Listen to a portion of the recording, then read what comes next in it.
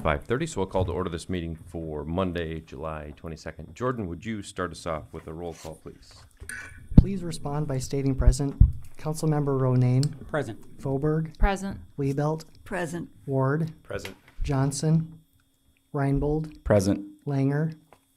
Present. Norvstrup. Present. Mayor Schoeneman. Present. Please stand with me for the Pledge of Allegiance.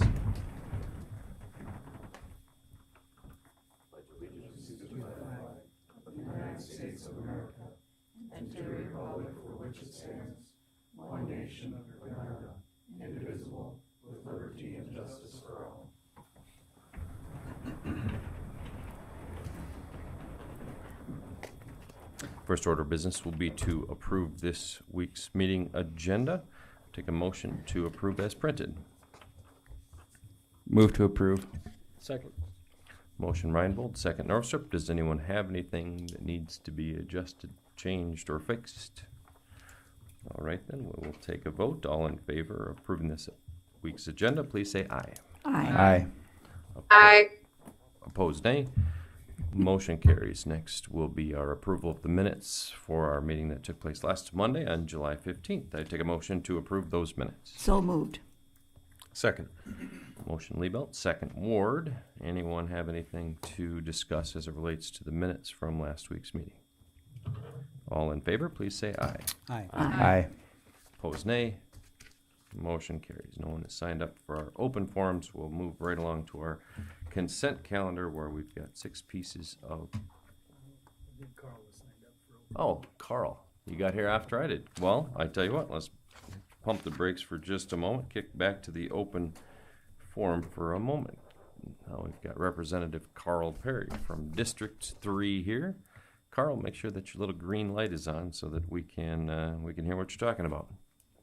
Okay, Representative Carl Perry, and my purpose is really simple, to remind everybody to look at the Secretary of State's information on ballot initiatives. We have the Constitutional Amendment E, F, G, and H, and all of them are important. And then we also have IM 28 and IM 29, and then there's also the Referred Law 21, which is about the SB 201. The only reason I'm mentioning these is these are pretty important, and like on the consumption tax, if that were to become a reality, just the way it's written, it might do a $2 million draw on Aberdeen's economy. So the reason I'm telling you about it is I would like you to be the most informed people in Aberdeen so that your constituents will also know. Thank you. Thank you for that reminder, Mr. Perry. Representative Perry, we appreciate that. 7 items will be on the ballots in November as it relates to a variety of laws and initiated measures.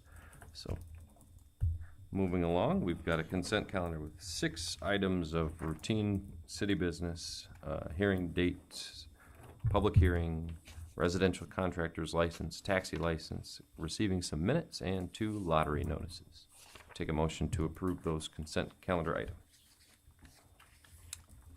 Moved.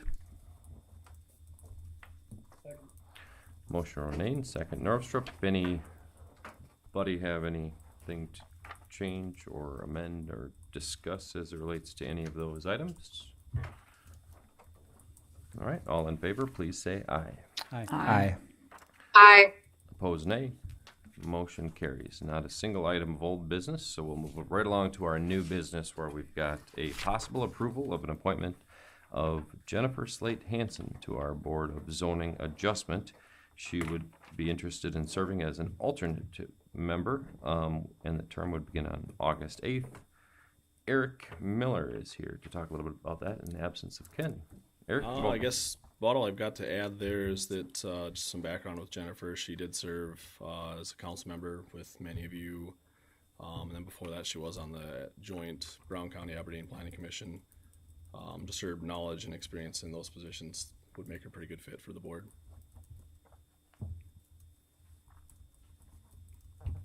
Move to approve. Second. got a motion, Ronayne, second Norvstrup. So the alternate members just serve in someone's absence, or someone is going to be temporarily off the board? So we've got 5 seated members, 2 alternates. So if It's a meeting during the workday, so frequently somebody's out of town on business or just can't make it, so we've got to have a couple backup plan. So we've kind of been running a little light and had some close calls with getting a quorum, so getting these two positions filled would be great. Thank you, Eric. I appreciate that. We've got our motion, we've got our second. Does anyone have any questions as it relates to either the position or Ms. Slate Hansen? All right. Jordan, would you give us a roll call vote then, please? Councilmember Ronayne, Aye. Fauberg, Aye. Liebelt, Aye. Ward, Aye. Reinbold, Aye. Langer, Aye. Norvstrup, Aye. Mayor Shoneman. Aye, motion carries. Next, we've got similar item of new business. It's an approval for Lynn Lander. We all know, of course, as well, the same position, Board of Zoning Adjustment as an alternate member, starting on August 8th. Eric, anything special about Lynn's appointment? It just, as with Jennifer, his time in municipal government, how meetings operate would be pretty helpful, and his just knowledge of the city would make him a good fit. Thank you. I take a motion for Mr. Lander. Move to approve. Second. Motion Reinbold, second Norvstrup. Anybody have anything to chime in on this one? All right. Jordan, would you give us a roll call vote on Lynn's appointment then, please? Councilmember Norvstrup, Aye. Langer, Aye. Reinbold, Aye. Ward, Aye. Liebelt, Aye. Fauberg, Aye. Ronayne, Aye. Mayor Shoneman. Aye, motion carries. Next, we've got a public hearing and possible approval of a special one-day retail on-sale liquor license for Stacy Gossman, doing business as Flying Pig, which will be for a wedding held at the Wiley Park Pavilion on August 31st. I'll take a motion to approve that liquor license, since no one is here to speak for or against from the looks of things. Move to approve. Second. Got a motion, Ronayne, second Reinbold. Does anyone have any comment to add to this potential approval? All right, then all in favor, please say aye. Aye. Opposed, nay. Motion carries. So cool. Tiffany, if she's fine with being the person to the end of the meeting. Tiffany, can you hear me? Yes, I can. Are you still able to attend the meeting in person for your segment if we were to kick it to the end of the new business? Yes, I am 9 miles away. When you said talk slowly, how fast exactly are you driving? We'll kick it to the end and we shall see. All right, so we will move ahead, giving Tiffany the grace of a little bit of extra time to the possible approval of a resolution numbered 240703R.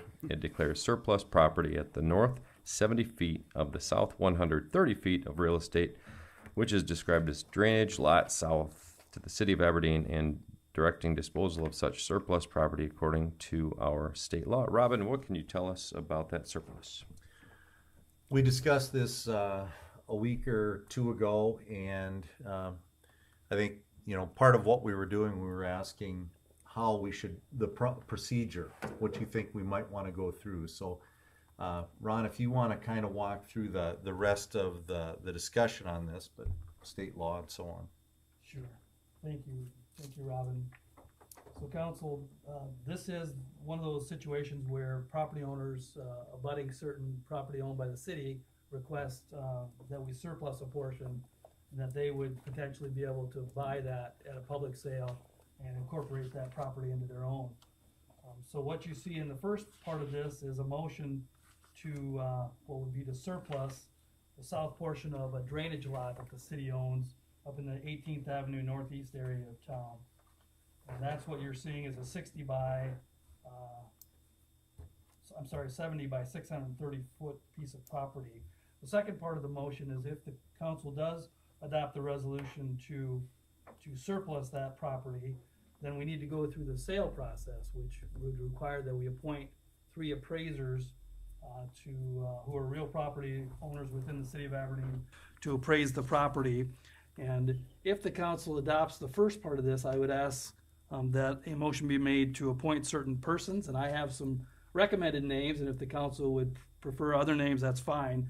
But I would ask that we move forward on the first part of this, then I'll go to the second if it's approved. And perhaps you could speak a little bit to the diagram that is included in the agenda. I see that there's a highlighted area which is identified as surplus portion, Yeah. but then there's a white area south of that. I'm assuming that it's south of the solid line where those folks' homes are and lots are located. Right, and I'll try to explain that. When the city acquired drainage lot S, it acquired all of that lot except the south 60 feet that was reserved. And that south 60 feet is the white portion that you're seeing that's not highlighted. That south 60 feet has all been incorporated into those adjoining property lots that I was talking about.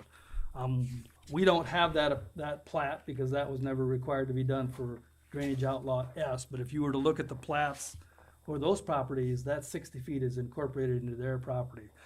So the surplus, for purposes of our legal description, is that 70 feet, which would be at the south end of the property that the city owns. So believe me, the legal description works. It looks a little clunky, but it does work. So if we look at this, it's this area in here, or it's for this area here? It's this area, it's this area that you're talking about, that it has a strip of trees on it. It's the treat area. Yeah, the treat area. And it appears that the property owners would like to try to purchase that strip of land that includes those trees.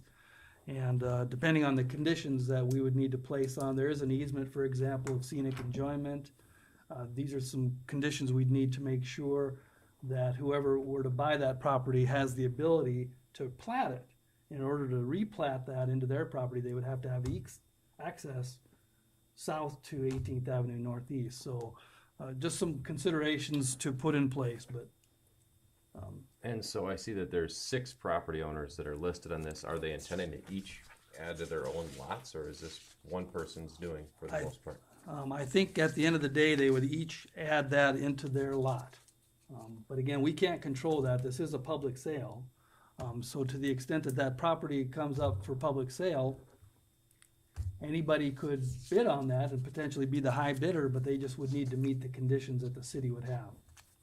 Mr. Mayor, Go ahead, Councilwoman. what is the rationale for wanting to buy this treed strip of land?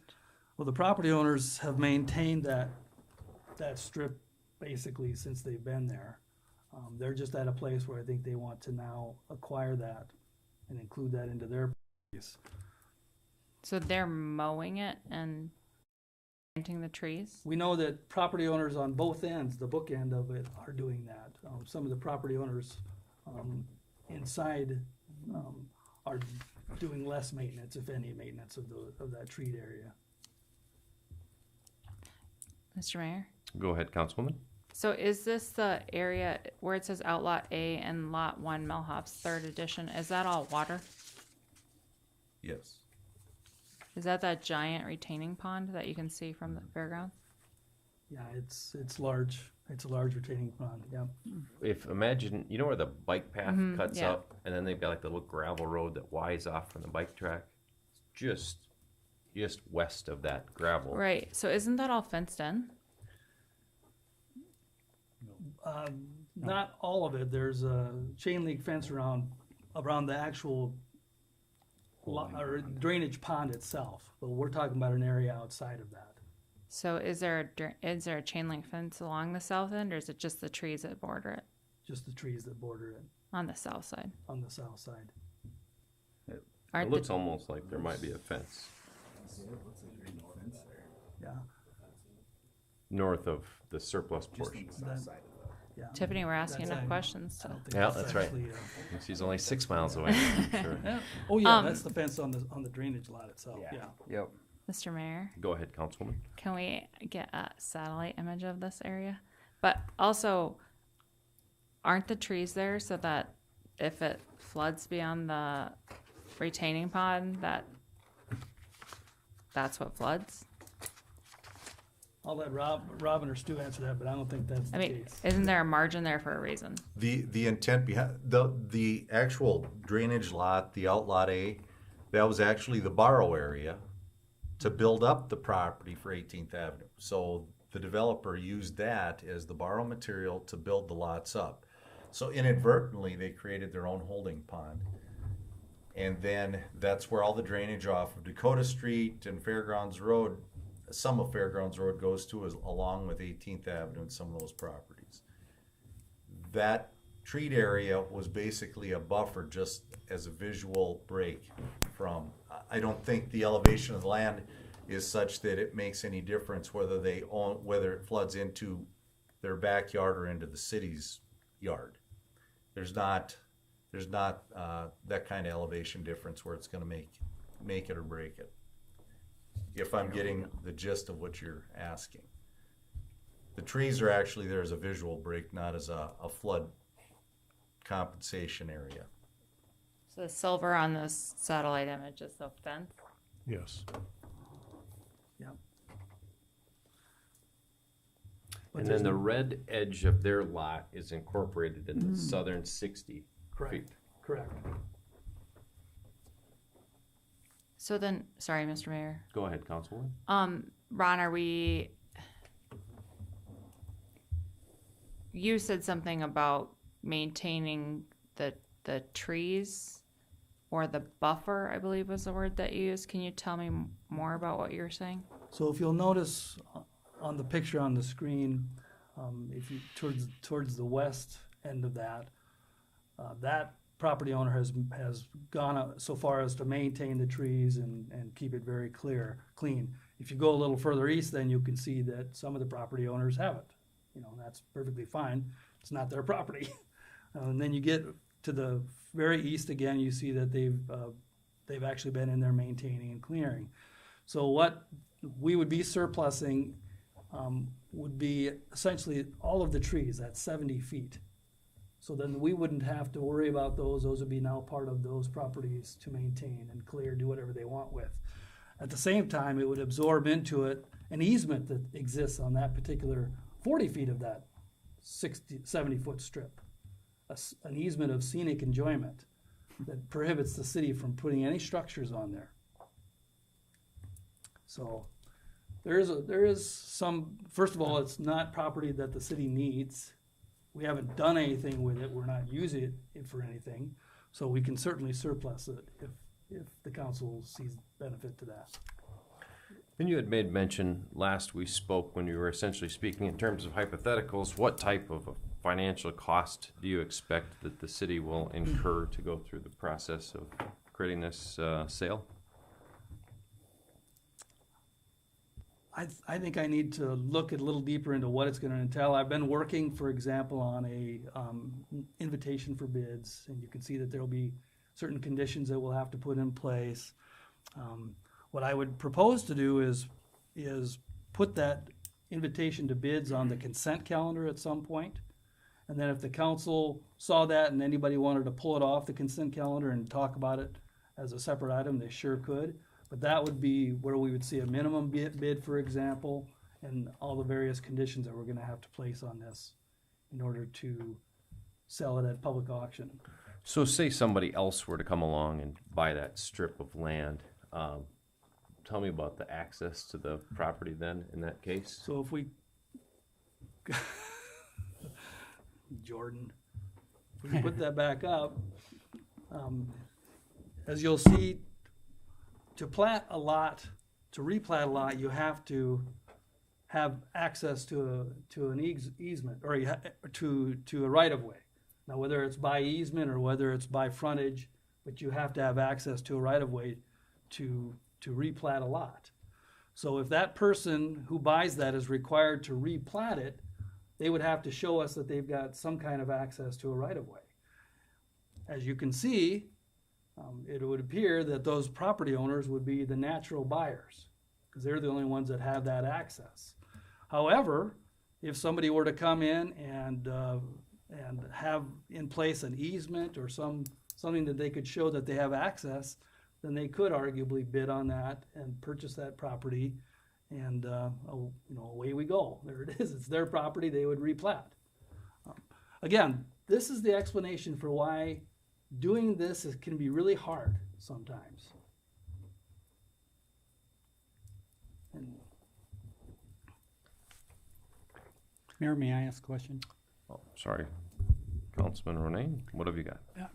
Sorry, Rhonda, were you suggesting then that the easement that is currently in place for whatever its visual enjoyment would remain in effect? Is that what you're saying? I'm saying that they will take it with that easement, So- and if they end up being the owners of the properties, benefited by it, then that would merge into them and basically extinguish. Oh, it would extinguish. Yeah, Okay, that's what I was. that's what I believe legally would happen once, if in fact those property owners do end up buying it, do end up platting it in, the easement essentially goes away. So the easement was given to them, Yeah, and the easement only So it burdens would the city extinguish. property, yeah, so it would extinguish. yeah. So talk about precedent a little bit, Ron. Have we had a lot of other situations in the past where the city has just offered to sell property because it would benefit the adjacent property owner? I'm not gonna say we've had a lot, but essentially what happens is there's, we kind of discourage it. Because we know how much work it's gonna be, and we know how difficult it is to guarantee, because they always wanna guarantee that they're the ones that are gonna buy it. We can't make that guarantee. So I'm not saying that we have these all the time, but we do have it enough, and typically we discourage it and basically don't even really entertain it. And it's the conditions of this particular situation that made you bring it to council, or was it the result of the discussion that we had had? And actually, honestly, it was the discussion about the minimum bid. We had told the folks that we would consider doing this, but we think we should establish a minimum bid. And that's what I wanted to talk to the council about. And then there was a concern about whether it should be basically a nominal bid, because the property is essentially worthless to the city. And that kind of changed the tone of the conversation. To go through all of this and then get a nominal bid, we weren't quite sure how that would benefit the city. But as it is, we feel we've resolved that issue. We're moving forward with requesting the council surplus that property. We place it out there for public sale upon these necessary conditions and terms, and we'll see what happens. And if the council's satisfied that a good bid comes in, it can approve the sale.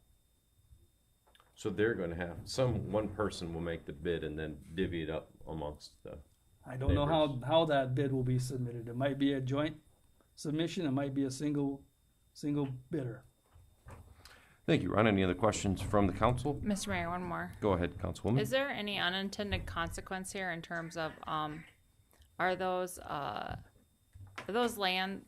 houses, lots currently in a floodplain, and or would they be put into one if they extended farther north?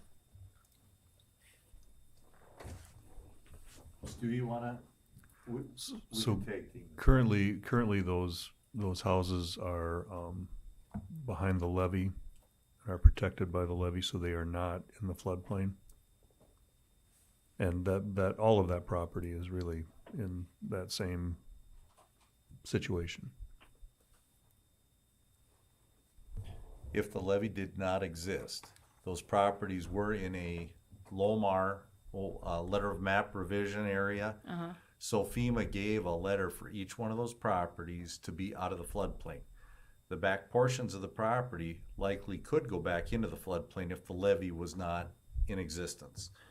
But as they sit right now, the structures would not be in, so they would not be under the same terms and conditions of the requirements for flood insurance. Mr. Mayor, one more question. Go ahead, Councilwoman. About zoning. What is that? What would that land be zoned? Like, So- what could a person potentially do with that, or do we wait until you have the parameters So set it's up? currently zoned municipal, and as part of this sale, we would require that it be rezoned into R2, which I think is the same zoning as the adjacent property to the south. Is that right? Yeah. Do we have like a, sorry, Mr. Mayor, Go ahead, Councilman. do we have a zone that's like wetland, basically, where you can't build anything on it? There's a A2 zone, which is essentially like the Moccasin Creek Basin, where there can't be any structures ever built in it. But I don't know if that'd be applicable for this or not. I'd have to look at how that zone is worded. Mr. Mayor, I would Is the encourage that thought. impetus, well, I mean, assuming that they intend to just absorb them into their existing lots, wouldn't that affect the zoning? Right, yep, we would, that piece of property, once through the replatting process, they would also be rezoning it at the same time. But these people wouldn't have small parcels of land adjacent to their own. They'd become part of their own lots, presumably. Correct, yep, the replat would put it all in together in each lot. Is that what the impetus is here? Or like, why are people choosing to do that? Just so that it looks bigger on a piece of paper? But maybe, yeah, I think so, they wanna own a little bit more and be able to call that theirs and manage it the way they want to. I think management of the property probably is one of the larger things that the city does not go in and mow every week or every 4 days as some of the properties probably would. And they want to be able to have it manicured the way they'd like. And these are all very nice properties, and they want to make sure that they're their own best neighbor instead of the city not being as good a neighbor as they'd like it to be. All right, any other questions from the council?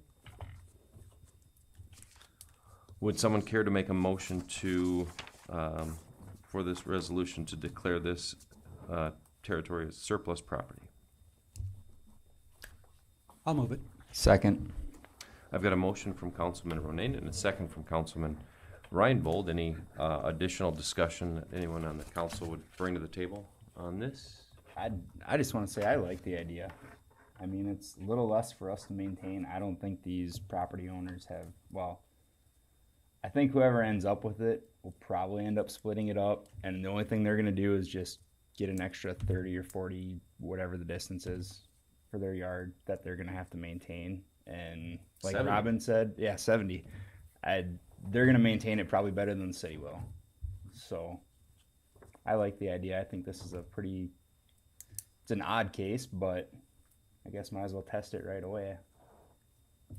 Thank you, Councilman Reinbold. Anyone else from the council? Jordan, would you give us a roll call on this resolution then, please? Councilmember Ronayne, Aye. Fauberg, Aye. Liebelt, Aye. Ward, Aye. Reinbold, Aye. Langer, Aye. Norvstrup, Aye. Mayor Shoneman. Aye. Motion carries. This will be item number 2 on this. Oh, within the same thing. All right, then, as an item number 2, as it relates to this resolution, we are going to appoint, is it 3 appraisers that we Yep. need to do? And To I- make that first step possible, City Attorney Ron Wigger will walk us through that. Thank you, Mayor. So as part of this surplusing process, we now need to ready the property for sale. And that process requires that we appoint 3 real property owners within the city to appraise and file a report of their appraisal. I have left that blank. I have 3 names, and I would recommend these 3. But if the council has any other names they'd like to put in place, that's fine. Carl Alberts, who I think we all know, Al Rollman, and Craig Mickelson. All 3 real property owners within the city have all agreed that they would act as appraisers, and it's a very we have the ability to help them with that process as well. I'll move those 3 individuals. Second. I've got a motion from Ronayne and a second from Reinbold to appoint the 3 appraisers that Ron Wigger had brought before us here. Ron, would you restate those 3 individuals real quick? Carl Alberts, Al Roman, and Craig Mickelson. All right, does anyone on the council have any objection to any of these names or have other suggestions or recommendations? Mr. Mayor, Go ahead, Councilwoman. how did you come up with these names, and how do we know that they don't have any interest in any of these properties? For instance, one of them's a realtor, and there would be an interest, I would think. the names I came up with, people who I thought were willing to do this, number one, that was the first thing. Secondly, people who I don't know have an obvious type of a conflict. If they do, I would imagine they could tell us, and I'd come back to the council and get a new name. But it's not any more sophisticated than that. Do you have an alternative in mind, or a number of them? I mean, how many appraisers do we have that are in These are town that not are career licensed? professional Yeah, appraisers. these are not professional appraisers. These are not being paid. They would provide a report. It's a abbreviated form that we typically require when So- we look at these appraisers. They're Like being not on jury appraisers, duty, but they are basically. appraisers. For statutory purposes, they will be our appointed appraisers, but they're not certified appraisers. They're not professional or licensed appraisers. They are 3 real property owners. That's all is required. If we were looking at selling, for example, when we sold the Alexander Mitchell Library, Mm-hmm. we had that professionally appraised. So And this So is we could just state pick statute. 3 of these people.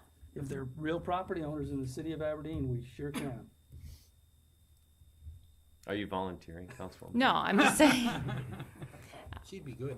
I feel like you would. Very thorough. Mr. Mayor, Go ahead, Tiffany. is the reason that we picked the 3 real property owners just to save money? Because I just was curious.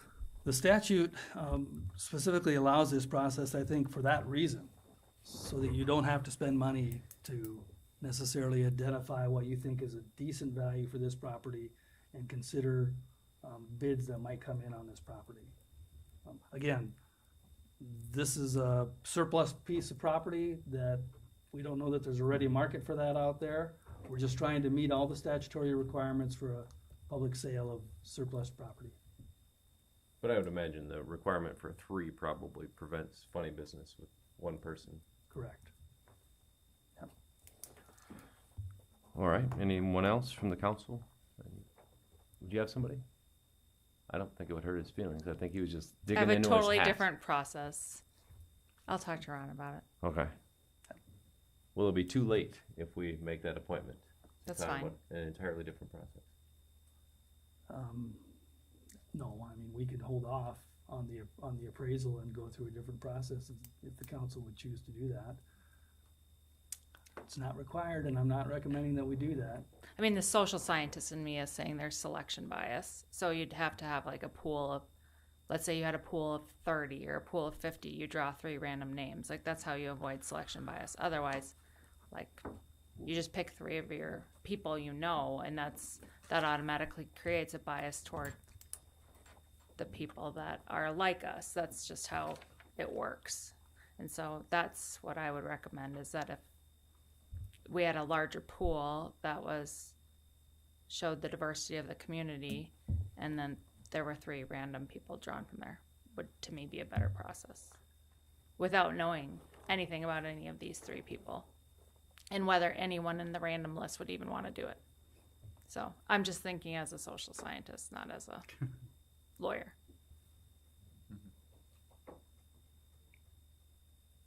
So I Mr. think we Mayor, Tiffany? I think that makes sense.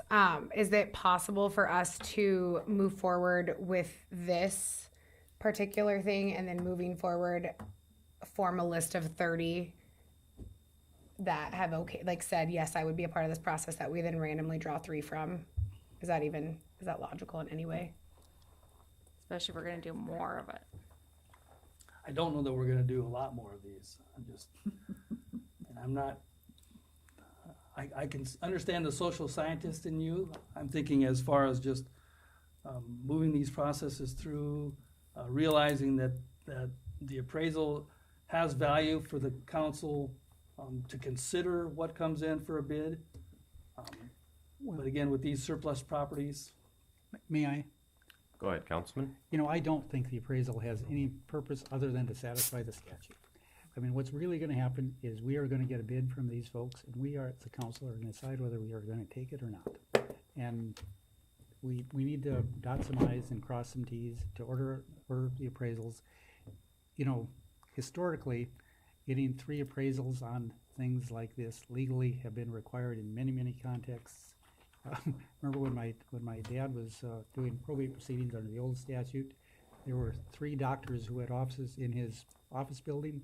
They appraised every piece of real estate and every probate proceeding he had, and they usually didn't look at it. But they were just dotting the i's and crossing the t's, and then you would actually get the high bids and you would decide what to take. That's what we're doing here. Ron, we're gonna be going with the minimum bid on this one, right? Is that, We will be, I'm going to recommend that we set a minimum bid amount, and that if there's any bid lower than that, that it be rejected. to at least cover our costs? Yeah. Yeah, so I mean, I'm guessing we're gonna have an idea of what that land is worth based off that minimum bid. And that So, appraisal itself is confidential. It's not one that goes out until after we've approved any kind of a sale and closed the property. All right, anyone else from the council have any questions? Do we get a motion on approving those 3 folks? Yeah. We did. All right, Jordan? Councilmember Norvstrup, Aye. Langer, Aye. Reinbold, aye. Ward, Aye. Liebelt, Aye. Fauberg, Abstain. Ronayne, Aye. Mayor Shoneman. Aye, motion carries. Next, we've got the possible approval of a pay request title number 2 for the accessible quadrant sidewalk program for $12,199 to CWF Masonry. Here to talk a little bit about that is Stu Nelson from Public Works. Stu. Thank you, Mayor. So this is one of our ongoing projects that we do every year. We do a number of these accessible sidewalk ramp projects for the corners. This year, we have done around 30 of them, I think. And we're just basically settling up with the contractor for what we owe him for the work he's done. We typically will leave this contract open. We have a little bit more money to spend if we so decide. And if something comes up here later in the construction season, then we can still maybe pick off a couple more of these.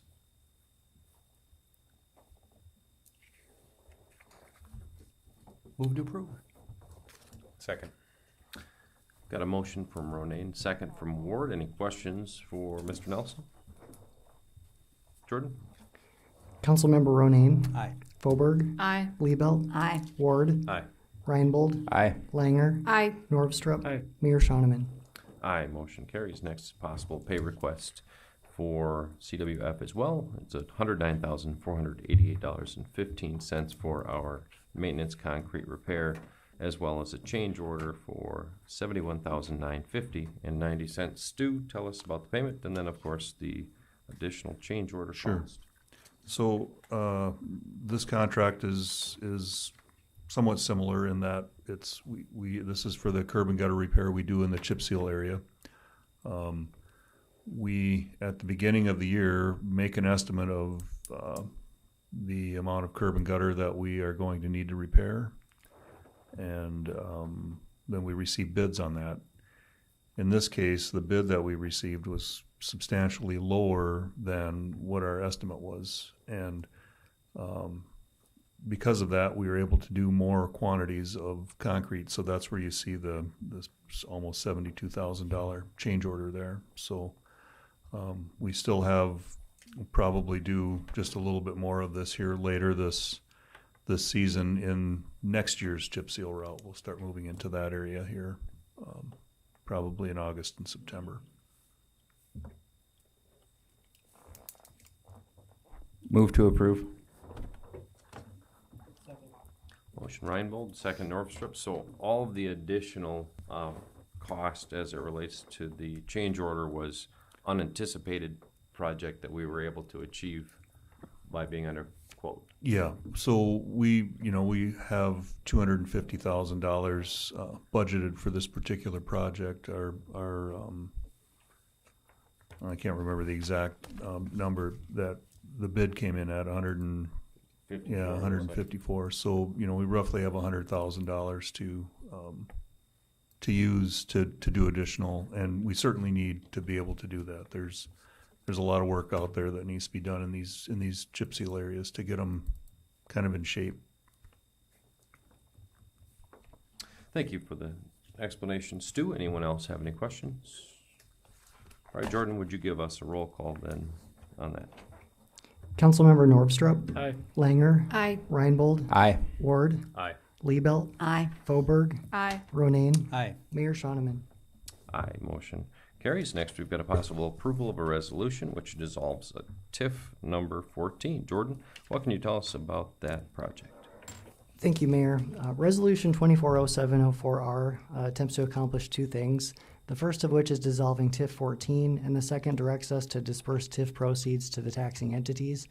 We've received a little bit of increment since it reached maturity, so this simply just directs us to pay the school, the county, those entities that otherwise would have received increment. A little bit of background on TIF 14. TIF 14 was created in September of 2011. The base value was roughly $34,700. This is the southernmost phase of the Happy Post Office area. It creates 56 residential lots beginning in 2011. All of the lots were sold by 2014, and they were built out shortly thereafter. The project plan for this particular TIF discussed a 17.5-year life, and this will pay off in year 13. The plan contemplated a final valuation of $7.8 million at maturity in 2028, and it's maturing today at $12 million in valuation. It far exceeds projected increment and pays off early. So having said that, staff recommends approval of Resolution 240704R dissolving TIF 14. Move to approve. Second. Motion Liebelt, second Langer. Anyone from the council have any discussion or questions as it relates to this dissolution of the TIF? All right, then, Jordan, would you give us a roll call vote then, please? Councilmember Ronayne. Aye. Foberg. Aye. Liebelt. Aye. Ward. Aye. Reinbold. Aye. Langer. Aye. Norvstrup. Mayor Shoneman. Aye, motion carries. Now we'll circle back around to our possible authorization of a city council member to derive a direct benefit from a contract with the city in excess of the amount set forward in section 2-2B. And that is the lovingly known as our conflict of interest ordinance. And we've got both Councilwoman Tiffany Langer, whose business we are discussing, as well as Dawn Thorstensen, who works for Storybook Land, who will talk a little bit about the city's end of that bargain.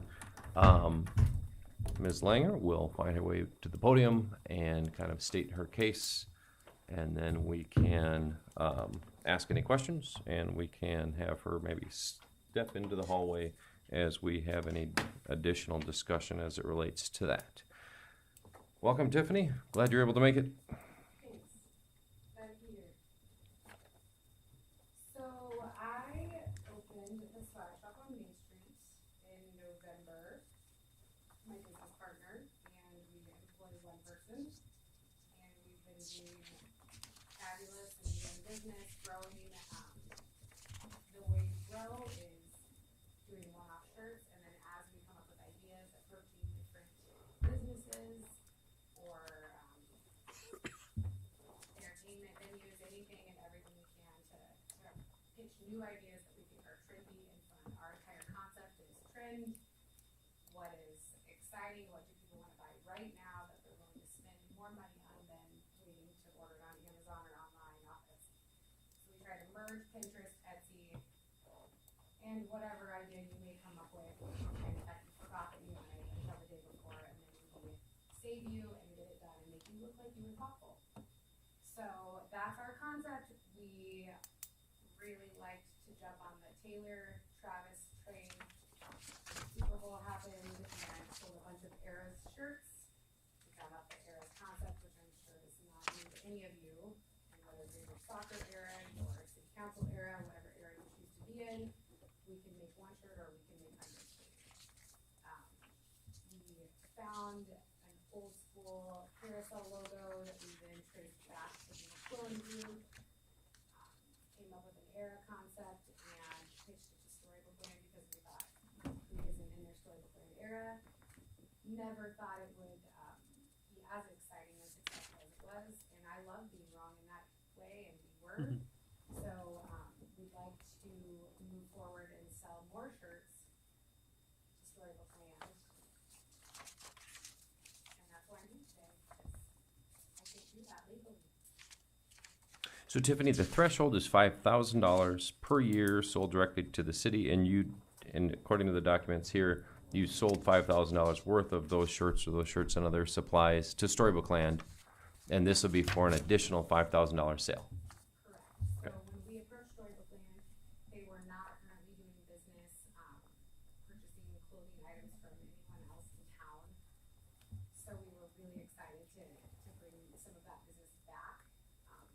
The majority of the items in the gift shop, which if you haven't been there, you should go, are not done by our store. We're a very tiny bit of it.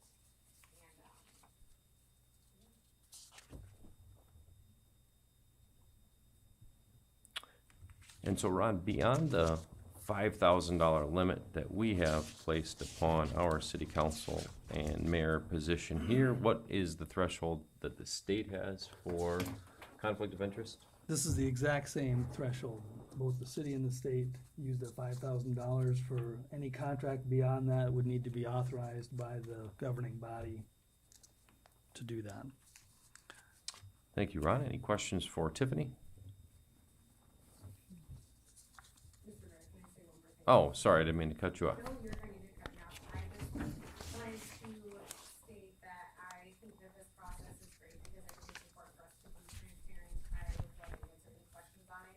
I also think that it's great to show the city that you can own a business, be honest with what you're doing, and be on the council at the same time. I think that it's exciting that we have the opportunity to serve, but also have a business in town. Any other business in town that does what we do has the opportunity to do what we did, come up with a unique design and idea and pitch it to another entity and hopefully succeed. The $5,000 that we're asking for in advance is not guaranteed sales. Those are me hoping that if there is more excitement at Storybook Land, we're able to fulfill those orders. Thank you, Tiffany. Any questions for Councilwoman Langer? Mr. Mayor? Well, maybe it's a question for Ron. So is this within 1 year? And then she starts again at 0 in the next calendar year? Correct. That's my understanding is this is just for this season. And then if she needs it, she would come back again next season for a similar request. Mr. Mayor? Go ahead, Just a Councilman. question for Tiffany. So I guess just to understand the sales process you guys have there, are you selling the products directly to Storybook Land, or is it like a consignment type thing where they're just hosting your products and then selling it, and then you get the profits after it's sold? Or can you just explain that a little bit?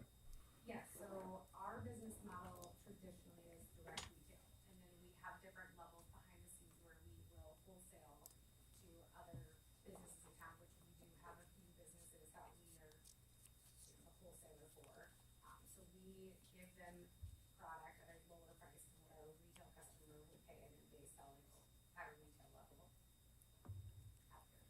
So we're not consigning anything. Once it leaves our store, it's theirs to sell at whatever price they choose to sell it at. So then the contrast, so you've already sold $5,000 worth to Storybook Land, and how I'm understanding it is that inventory has been sold, and Storybook Land would like to purchase another $5,000 of inventory from your company. Do I have that accurate? Yes, and with our model and concept, Storybook Land does not have to order specific numbers, so they could reorder 2.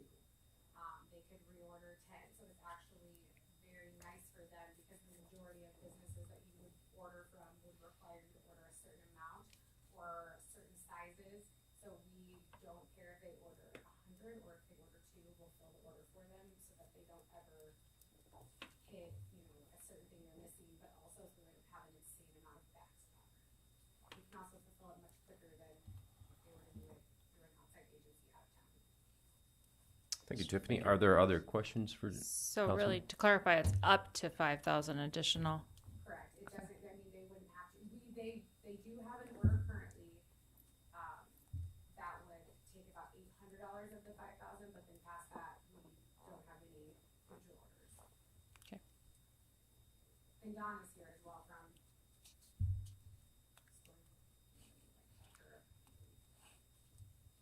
Okay, are there any further questions for Tiffany? Well, maybe we will take you up on that if you see yourself out the side there for just a moment, and then Dawn, if you would find your way to the podium. Would you? Thank you, ma'am. So the way that we understand it, Tiffany is essentially wholesaling T-shirts that are being resold at the gift shop, and then in communication that you sent to me, also some bags and some other items. So it started with some T-shirts. She had approached me with the idea, and I was like, "Just show me your designs. I'm not a designer." I currently use 2 other companies that design the product for me. They're like, "Send me a proof. I approve it." They buy the T-shirts. Tiffany approached me and said, "Hey, what about this? I would love to sell it to you." And I said, I love her concept. My other T-shirt providers, I have to buy in bulk. So I'm buying, 300 T-shirts in various sizes to fulfill an order. I can't get 5 T-shirts or 10 T-shirts. I run out, I run out. At the end of the season, it doesn't matter if I run out June 1st. That's it for the entire summer. So it's kind of nice with Tiffany is that I didn't know how this would go. I said, I'll put them out there. We'll see how they do. I think I had her shirts on the rack for about a week before we sold out the first time. They were just super popular. So I think we're on reorder number 3 or 4 with her. Just because I am we're out of infant onesies, for example. I had backstock of those for 5 years. So I'm like, never order them again. Tiffany's like, let's try them. So I tried 5, sold out right away. So I had to reorder those infant and toddler shirts. I reordered those quite a bit, and I think we just did a restock on the adults as well because we were out of those. So it's definitely been a huge help for us because then I don't have to have that back stock on hand. I don't have to buy 300, not knowing if they're going to sell. So every time I do order a T-shirt from my other suppliers, it's almost like crossing your fingers. If anyone works retail, some things sell, some things don't. Yeah. So if they don't sell, then I have to sit on that product. So Dawn, how do the prices compare? Do you feel like you're getting a fair price point for the product that you're getting? 100%. So my wholesale prices at my other 2 suppliers range from $7.50 a T-shirt up to $12.50 for regular adults, $14.50 for the 2, 3X, 4X sizes. And Tiffany is coming in around that $13.30 as an average price point. So it is really kind of falls in the same parameter as those outside companies do. And then in terms of the markup that you're able to receive for the gift shop, it falls in the same percentile? Absolutely. I'm charging the same for her T-shirts that I do for the other ones as well. The same dollar amount or the same markup percentage? Got it. Any other questions for Dawn? All right. Well, thank you for joining us, Dawn. I appreciate that information. Sounds like it's going pretty well. So what we've got here to discuss is the authorization for Ms. Langer to derive that direct benefit. So someone would have to make a motion for that to happen. Is someone interested I in making move such that motion? we give Tiffany another $5,000. Approval. All right. Would someone care to second that motion to allow her to sell additionally to the city? I'll second. Okay, we've got a motion from Councilwoman Liebelt and a second from Councilman Ward. How about discussion amongst the council in terms of how people feel about the conflict of interest ordinance itself, or the rule, or this arrangement in particular? Mr. Mayor. Go ahead, Councilman. Just a quick thought on it. I do think it's very smart that we're doing this, very open. I think that's very wise. I personally don't see myself any conflict. It sounds like it's less risk actually from Storybook Land purchasing these items versus from another competitor. And I don't see really how it affects the city necessarily doing business with her company. I think this is a good thing that we do, but I think it's smart to approve it. Thank you, Councilman. Anyone else have any statement or comment? Yes, sir. Go ahead, Councilman Ronay. Thank you. I see Councilman Johnson is not here, but he and I were both council members probably 10 years ago when a member from the Southwest also came to the council. And what was going on at that time is that I'm talking about Lori Swanson, whose husband was bidding on a contract with the city. And her reaction to that, and this was before we had the statute that we have today, her reaction to that was, I've got to choose to be a customer or a vendor to the city or a council person. And so her reaction was she needed to resign. And frankly, that has been the precedent in Aberdeen. We have not had members of the council who have been both providers of services to the city and the ones who pay these bills. Tiffany is my friend, and I promised her that I was going to be speaking against this tonight. And she and I had an open conversation about it, but I just can't support this. I think it puts our city employees in a difficult position if we have several vendors who are offering the same types of services to the city. If you're a city employee, how do you make that choice? What position does that put you in? We're the ones who are supervisors for our city employees. They see us in that regard, and I think it puts them in a difficult position. I don't want our community to ever question when we make a decision why we're making it. And I am concerned that if we are both doing services for the city and the ones who authorize payment, I think it creates a bad visual of us as city leaders, of city's fathers and mothers, and I just can't support this. I don't disagree with my colleague who said I don't see a problem in this situation. I really don't either. But I think the precedent is one that I don't want to see, and so reluctantly I'm going to oppose this.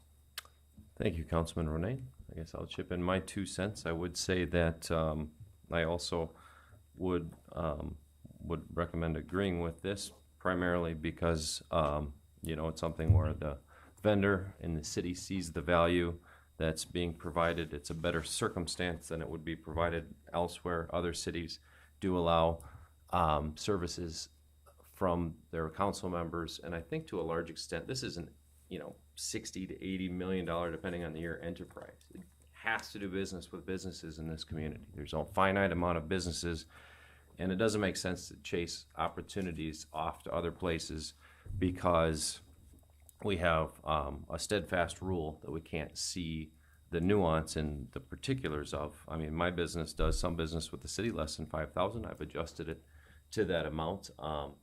So I live within those constraints, but in this circumstance, I would say that I would agree that Tiffany, it doesn't hurt anyone to take it, and I don't think that it's going to set a negative precedent. And anything, perhaps we can get more business people on the council. Mr. Mayor? Go ahead, Councilwoman. I fully agree with you, and also with Councilman Ward's point that there's a process and we're following it, and it's transparent, and so everybody can see exactly what's happening and exactly what the relationship is. And then just having grown up with parents who own retail stores, I can tell you, shoe stores, there's a lot of 5.5s left at the end of the year, and you don't know when you buy a run of shoes what you're going to get. Except all the 9s are going to be gone because my sisters and my mom and I all wore 9s, so they invariably leave. But, I mean, who would have thought that you would get people wanting these shirts in adult sizes, and for a manager to be able to purchase these shirts from a local business instead of somewhere else to get the exact things that she knows can sell, to be able to experiment with things like bags or onesies or adult size shirts that she probably wouldn't have made the choice to do 5 months ago when the order was placed in front of her. And then I just think it's the right thing to do for Storybook Land, but more importantly for the city. I understand your point of view, Councilman Ronayne, but then since 10 years ago, the council put forward, shortly before I came on council, this entire process. and voted on this process, and now we're following this process, and I think that's a healthy thing. Thank you. Anyone from this side of the room, as you haven't spoken yet? David? I'm kind of struggling with this because I agree with a lot of the points that have been made. I want to encourage business people to be on the council, and I appreciate not just Parks and Rec, but if it works in other cases, to be able to try things. But then I know before I was on the council, the mayor, like he just mentioned, had to get shut down at 5,000. And so if this passes, I would encourage him to maybe bring that back if he wants to, because there is a process, and a lot of us weren't here. But if you do it for one, you probably have to do it for all. But then everybody's situation is different. So where do you draw that line? Do you stop it today, or do you stop it? In the Lori Swanson example, like would that have been too far? So I don't know. I'm kind of on both sides right now thinking about it, because I want to encourage business people to be on the council and involved, and they shouldn't be penalized. And it's a very open, clear process. And so it's not like they could have been bought for Storybook Land, and then nobody would have bought them. Like Storybook Land has a choice, the consumer has a choice, and obviously both of those consumers are deciding to buy them. So it's a little different than bidding out a highway project or street project, So, but I guess we just kind of have to think about it, because it's not just this council, these members today, but everybody's situation's a little different. So where do we want to draw the line? And maybe the state has a line that you can't go above. I'm not sure off the top of my head, but just kind of think about that long term, because once we open this door, there's going to be more, just like what we were talking about with the land sale. So, Justin, Nikolai. I'm with David on this one. I mean, in this instance, I like the idea. I can't say I'm going to like the idea in every instance. I mean, that's right.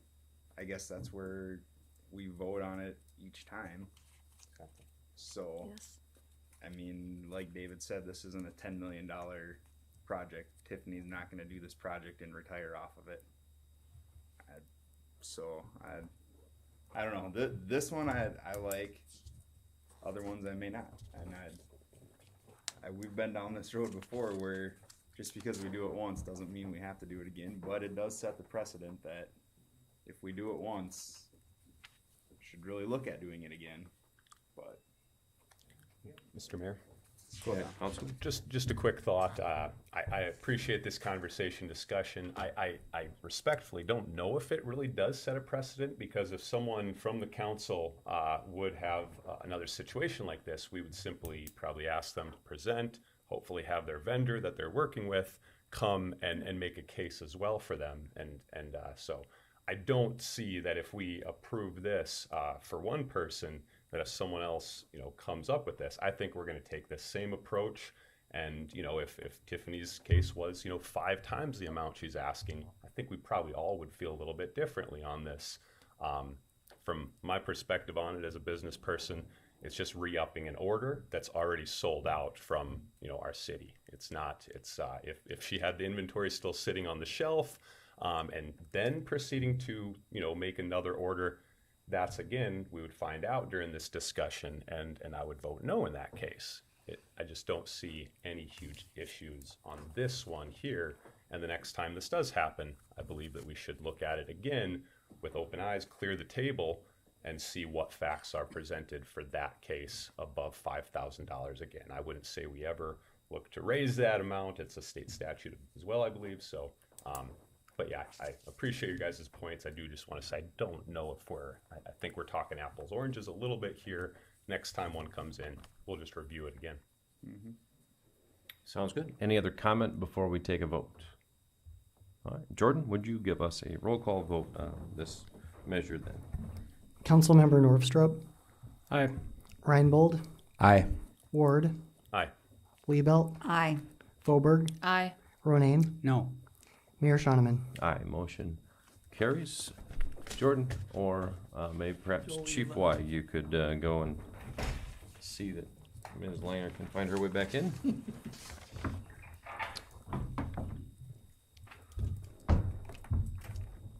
We have voted in your favor, Tiffany. Congratulations. We'll move along to our review and approval of claims and payroll. We get the bills this week, of course, July 22nd, pay period July 14th through the 27th, as well as taxes to be paid alongside of that.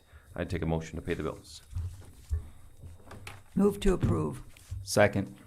Motion Liebelt, second Reinbold. All in, or Jordan, would you give us a roll call vote then, please? Councilmember Ronayne, Abstain. Fauberg, I accept the service charge to Dakota Bank. Councilmember Liebelt, Aye. Ward, Aye. Reinbold, Aye. Langer, Aye. Norvstrup, Aye. Mayor Shonneman. Aye, motion carries. Next, we've got our city manager's report. Robin? We did have another WINS discussion here recently. David was at it. And we'll be coming to the council here in the near future to see if we can enter into a contract to work with a consultant to try to figure out ways to find additional federal funding for this project as we want to move this thing forward. So I just wanted to make sure you're aware that that would be coming to your attention here shortly. Budgets are coming together pretty well. We're putting the finishing touches on those, and you will have a presentation here in a couple weeks regarding that.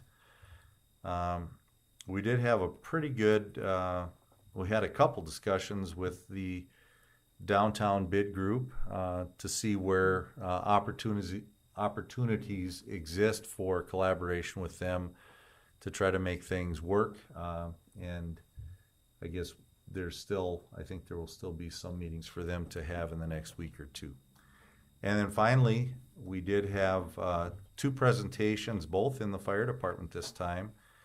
Both of these gentlemen were hired 5 years ago in the same class of 4, was it? 5? So we've got 2 of the 5? Yep. Alex Hyde and Hunter Schlottman. So we appreciate them working for us, and both of them are field training officers now, and so they have expanded their knowledge base and are contributing to the department very well right now, and we want to congratulate them. So that's all I've got. Well, start off by saying thank you to Alex and Hunter for your dedicated service. Also, we had another milestone that Robin is a little bit too modest to talk about, his own 30 years. So this last Thursday, we presented him a little certificate and patted him on the back and all of those types of things. But 30 years is a heck of a long time, 28 within Public Works, and then, of course, 2 as our city manager. So congratulations, Robin. Appreciate everything you do. Couldn't do it without you. Anything else before we move to adjourn this meeting? Oh, we have an executive session. So I guess we will take a few moments, clear the room, and then we will take a motion to move into executive session to discuss a legal matter. So I was wishfully thinking about adjourning here. It's a long meeting so far. Now I check my calendar to see what things I didn't have it on